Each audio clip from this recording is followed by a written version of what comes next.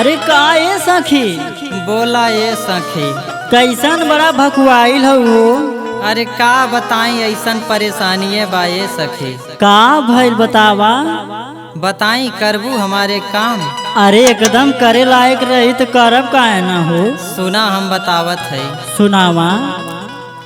हर केहू नहीं कैले जवान हर हमनी में होई। सुनत हऊ ना। हाँ सुनत है सुनावा। हर केहू नहीं कैले जवान हर हमनी में होई। हर कलाए सखी बतार तोई मोई। अच्छा ये गाँव रहेगा।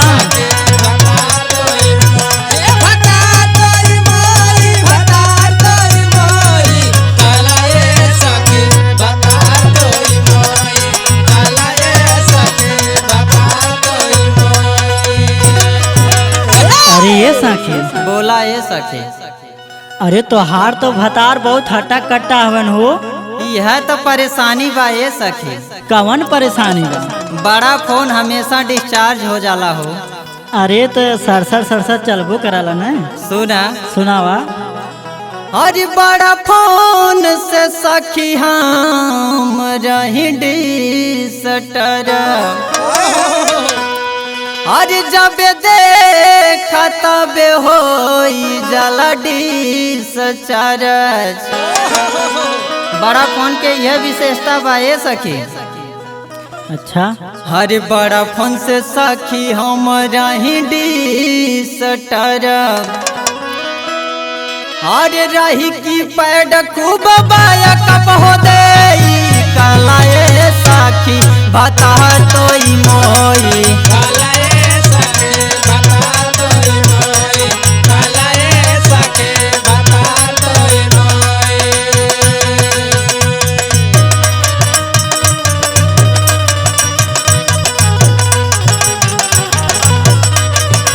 समझ में आवत बा।